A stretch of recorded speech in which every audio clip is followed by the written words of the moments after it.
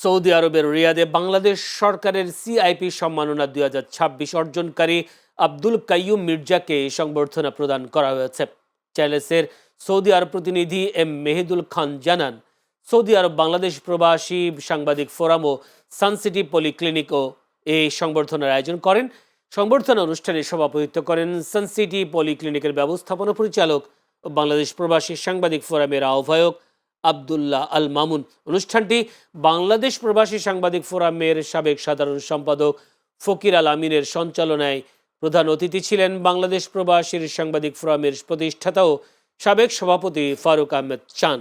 অনুষ্ঠানে বিশেষ অতিথি হিসেবে উপস্থিত ছিলেন ব্যবসায়ী ও ইনভেস্টর অ্যামিয়াল গ্রুপের ব্যবস্থাপনা পরিচালক ইয়াসিন মিয়া, ইনভেস্টর আব্দুর রহমান, ইনভেস্টর ওসমান গনি রাসেল সহ আরও অনেকে।